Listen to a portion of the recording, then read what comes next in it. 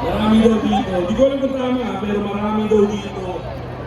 Yung mga taong mahilig magpuya. Marami ba?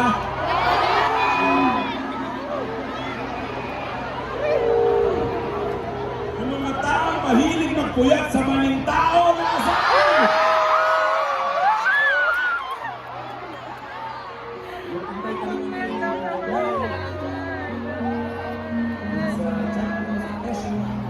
Ang gabi kasi duty. Tapos yung first mo, may kailangan ng iba.